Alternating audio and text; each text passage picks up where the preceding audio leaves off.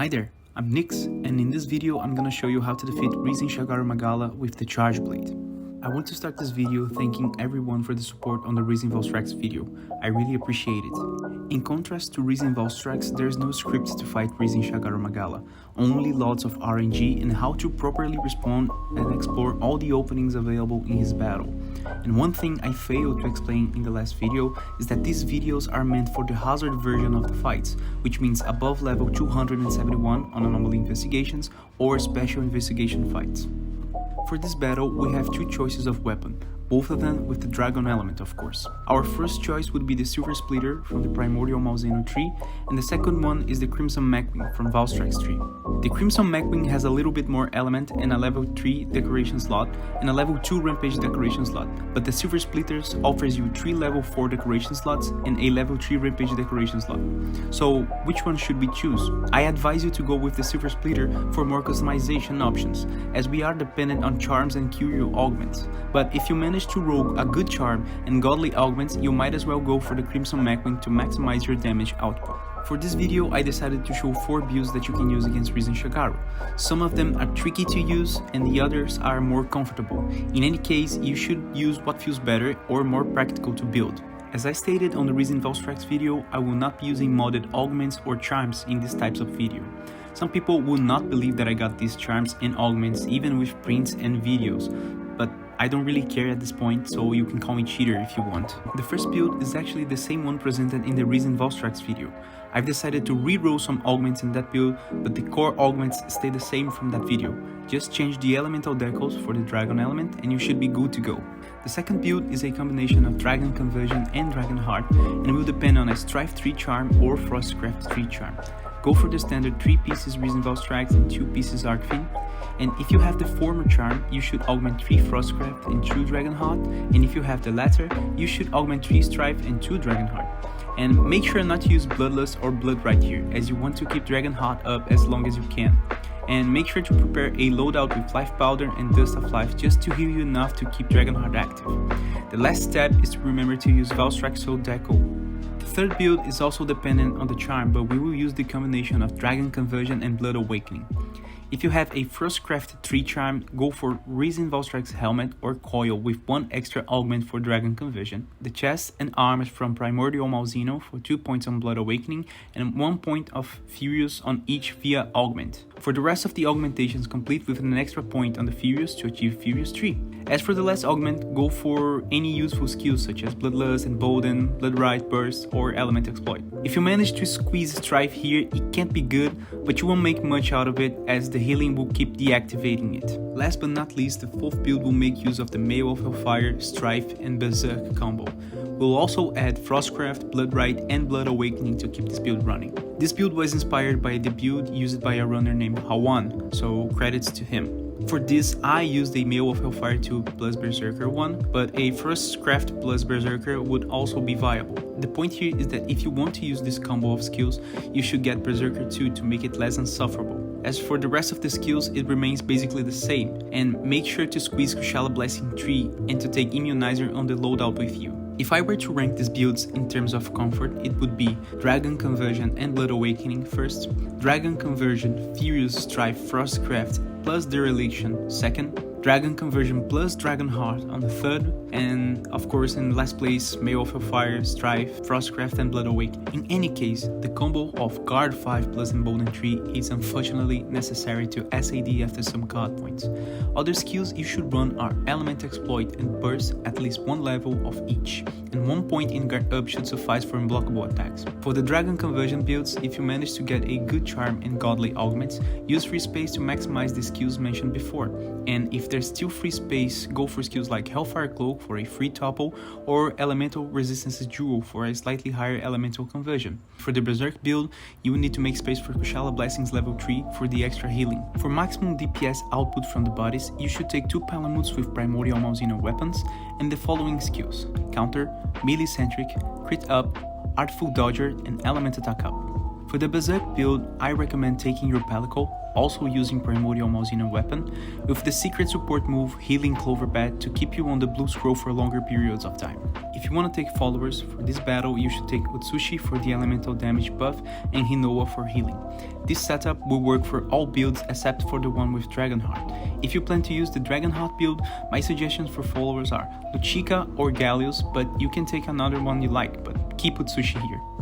As I stated before, there's not really a strategy here, just focus on surviving and using openings to SAED his wing arms. One detail a lot of people tend to overlook is that after you break his wing arms, the elemental Hitzones value will drop from 30 to 20, so aiming for his head is also an option here since the elemental value for that Hitzone is 25. If your quest is at the Forlorn Arena, at the beginning of the battle, I don't recommend picking up the Marionette Spider. It's really common that as soon as you drop in the arena, he will be aware of you, so wait for a better opportunity to do so. Use the first roar to counter peak performance into Charge Shield and hit his head for a couple of times. This will make him enter the enraged state. If you manage to get a full set of files, just guard point into SAED, aiming for his wing, but if you didn't get a set of files, just counter peak performance again, still aiming at his wing. Now let's talk about openings. I'll be separating the openings according to the attacks and their names based on the weak page. Out of the enraged state, he will only perform one stop with no AoE. During the enraged state, he will perform a double stomp, both of them followed by an AoE. Guard the first stomp and you can counter peak performance into sword charge the second one. To counter this attack, you should try to roll or go for one of his little hands to guard point into SAED. If you're not very good at positioning, you can also use Morphing Advance to reposition yourself to aim properly at his wing arms. To counter the assault dive, you can go for a guard point or counter peak performance. But to aim his wing arm, you need to counter this attack at a specific angle, otherwise you won't be able to redirect the SAED at his wing arm. You can also use Morphing Advance, but even if you manage to time it right, you will depend on the RNG not to be hit by a follow-up. For the wing arm smash, you can simply counter peak performance and charge your sword. The opening comes after, as he will either follow this attack with the double arm smash or the assault dive. For the Cascading Breath, you can either position yourself at the center of the V-shaped explosion or guard it. Immediately, he will come close for a quick wing arm swipe, and after he will perform the assault dive.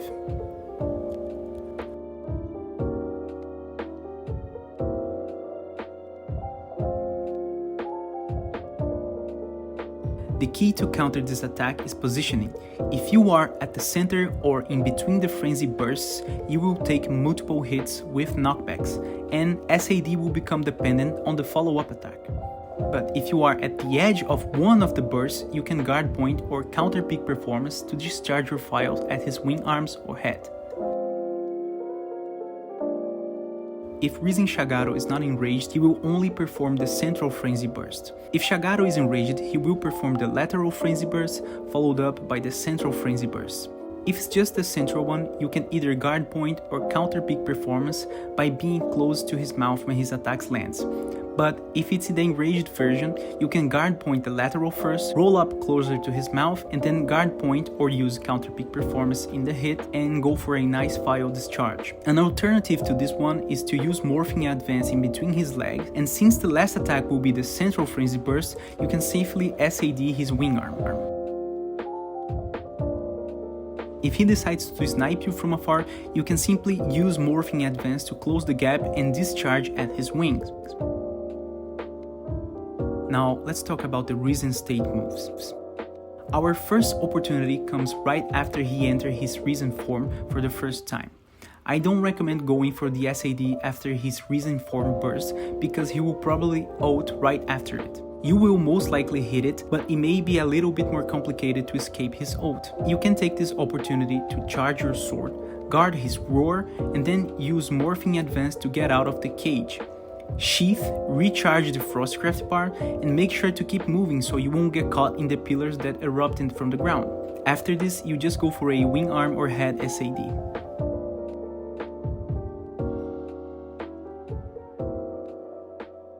While in his Risen form, he will perform 3 stomps, all of them followed by AoEs. Just guard them. If his HP is low enough, he will perform 3 stomps followed by a double arm smash, and at this point, just using Morphing Advance to SAD his wing arm. When he's close to dying, he will perform 3 stomps with AoEs, followed by 1 double arm smash with no AoE and a second double arm smash with an AoE. Just guard your way out of it, and in the last moment, use Morphing Advance to SAD his wing arm.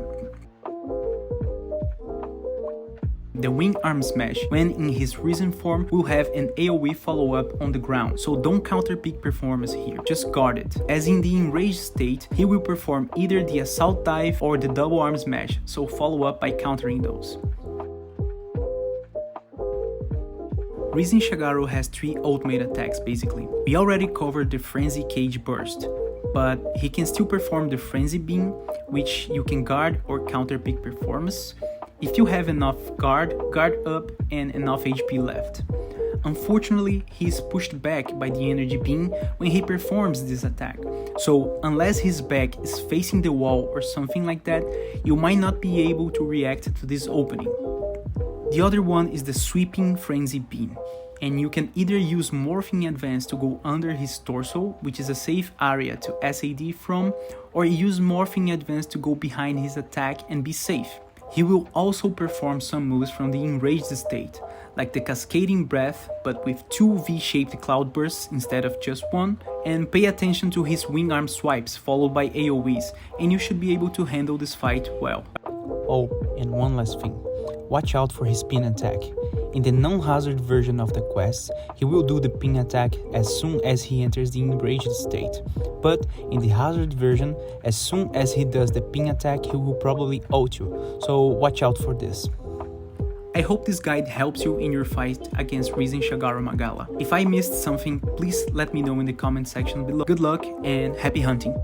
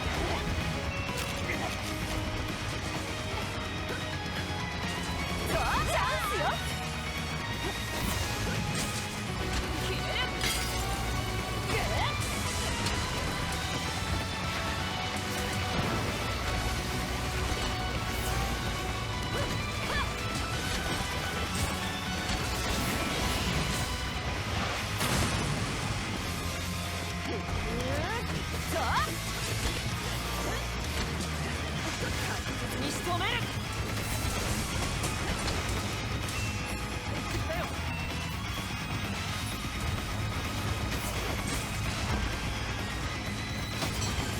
狙われてるよ。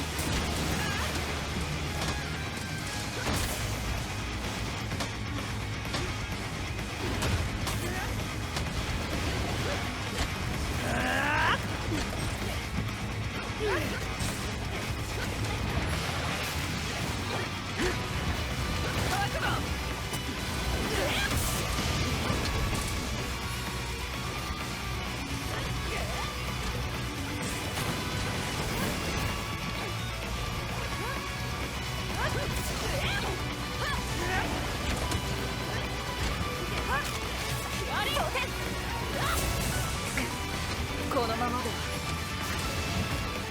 まだいけるでしょ。休むしかないわ。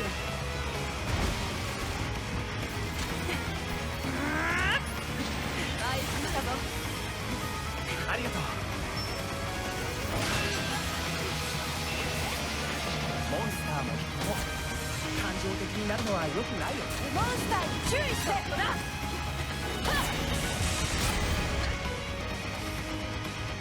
成功。大成功。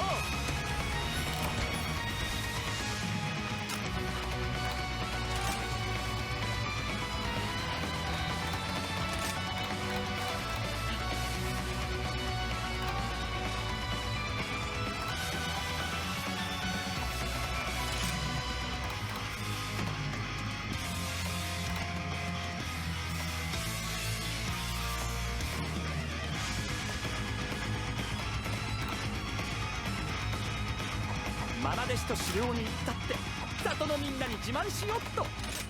ハンター冥利に尽きるな。